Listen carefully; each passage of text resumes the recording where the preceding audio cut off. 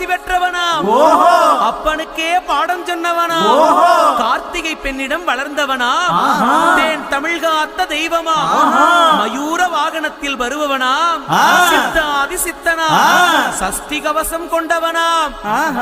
அப்படிப்பட்ட முருகனவே ரொம்ப ரொம்ப சின்னவனா.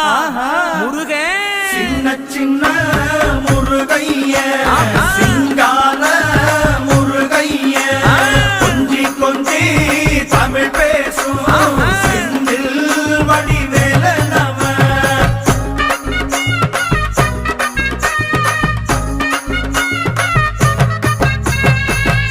குன்றக்குடியான் என்பார், பழனிமலைநாதன் என்பார், வடபழனி ஆண்டவன் என்பார், சரவண பவன் என்பார், நிமலன் சுவாமி என்பார், தண்டாயுதபாணி என்பார், கலியுக வரதன் என்பார்.